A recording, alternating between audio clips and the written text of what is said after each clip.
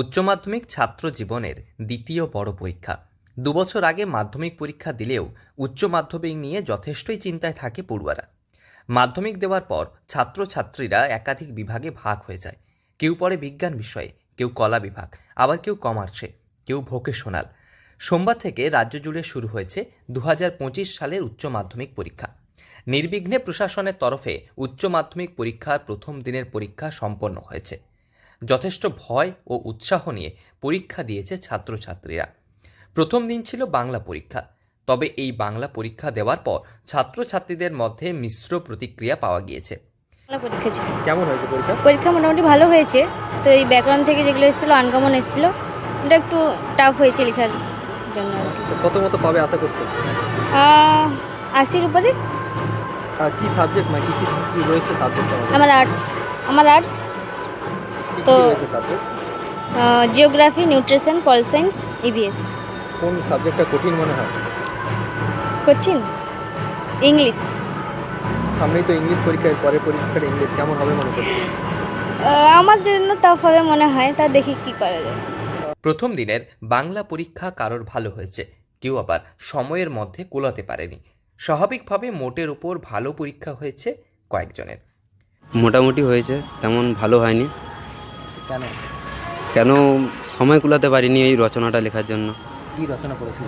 রচনায় মহাশ্বেতা দেবীর করেছিল ওইটা। প্রিপারেশন কেমন ছিল? প্রিপারেশন তো ভালোই করেছিলাম, কিন্তু একটু ডিসঅ্যাপয়েন্টেড ওই যে আমার নিজের প্রতি, কারণ আমি ওটাও টাইম মতো সব কিছু করতে পারিনি এই জন্য। সামনের পরীক্ষাগুলোর জন্য কতটা প্রিপারেশন নেবে? সামনে পরীক্ষার জন্য ফিজিক্স আর কেমিস্ট্রিটা ওই দুটো একটু বেশি প্রিপারেশন চলছে আমার, কারণ সামনে নিট দেবো এই জন্য। সোমবার থেকে রাজ্য জুড়ে শুরু হয়েছে উচ্চ মাধ্যমিক পরীক্ষা, চলবে বেশ কয়েকদিন ধরে। সোমবার ছিল প্রথম ভাষার পরীক্ষা। প্রসঙ্গত, চলতি শিক্ষাবর্ষ থেকে একাদশ শ্রেণী থেকে শুরু হয়েছে সেমিস্টার সিস্টেমে পরীক্ষা। তবে এবছর উচ্চ মাধ্যমিক পরীক্ষার্থীরা পুরানো সিলেবাসে পরীক্ষা দিয়েছে। স্বাভাবিকভাবে পরীক্ষা নিয়ে বিভিন্ন প্রতিক্রিয়া পাওয়া গিয়েছে ছাত্রছাত্রীদের থেকে। কারো মতে রচনা কঠিন ছিল, কারো কাছে আবার পরীক্ষায় মিলবে ছাঁকা নম্বর। পরীক্ষা দিয়ে কি বলছে ছাত্রছাত্রীরা। আজকে বাংলা পরীক্ষা ছিল। কেমন হয়েছে পরীক্ষা? ভালো হয়েছে পরীক্ষা। প্রশ্নপত্র কেমন হচ্ছে? খুব ভালো হয়েছে।